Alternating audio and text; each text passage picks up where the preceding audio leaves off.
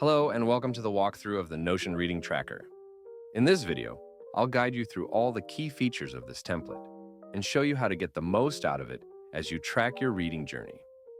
Let's dive in. On the left side of the template, you'll find the quick action buttons. These make it easy to quickly capture and log information as you go. Just below that is the navigation tab, giving you access to every page and view included in the template. Over on the right, you'll see your currently reading section, along with the books you've queued up to read next. Scroll down a little, and you'll come to your to-be-read list, a gallery view of all the books in your library that you haven't started yet. And finally, at the bottom of the dashboard, you'll find your pinned statistics, a snapshot of your reading habits and progress, perfect for quick insights into how things are going. The first page of the template, the Books page, opens with a gallery view showcasing all the books in your library, neatly sorted by their current status.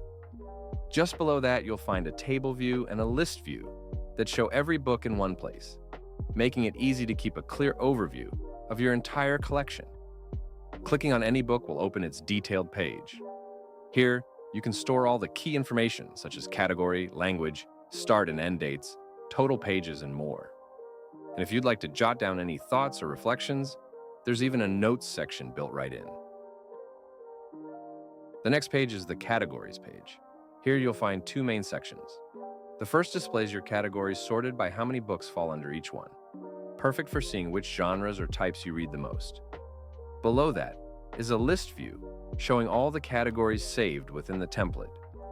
Clicking into a category will show you only the books that belong to it, helping you easily explore specific types of content. Next up is the Languages page, which follows the same structure. At the top, you'll see languages sorted by how many books are associated with each one. And just like before, the list view below displays all the languages in your library. Open any language page to view the books written in that language. After that, we have the Authors page. This is where you can filter your collection by author and see which ones appear most frequently in your library. You can even add an author photo for a more visual and personalized overview. Next is the Wishlist page. This is where you can store all the books you'd like to read someday or plan to purchase in the future. The wishlist is fully integrated into the template, so whenever you get your hands on a new book, you can simply update its status, and it will automatically move into your main library. It's a seamless way to keep everything in one place. Then there's the Favorites page. Every item in the template, whether it's a book, author, category, or more, can be marked as a favorite. Once marked, it will automatically appear on this page. It's the perfect way to keep all your top picks in one easy-to-access place. Next up is the Series page. This is where you can organize all the books that belong to a series in one convenient place. You'll be able to see the total page count of the entire series, how far you've progressed, and a list of all the books it includes. Inside a series page, you can choose to view books by their reading status, or add an order number to each one, allowing you to sort them in the correct sequence from start to finish. It's a great way to stay on track when working through a full book series. The Goals page is where you can set, track, and reflect on your reading goals, whether they're goals you're currently working on, planning for the future, or have already completed. Each goal lets you link specific books, and you'll be able to see your total page count progress, showing how many pages you've read compared to the total pages in your goal. And once you complete a goal, you'll be greeted with a congratulatory message, a small reward to celebrate your progress and keep you motivated. The template also includes a timeline page, offering a simple and visual way to glance back at your entire reading journey.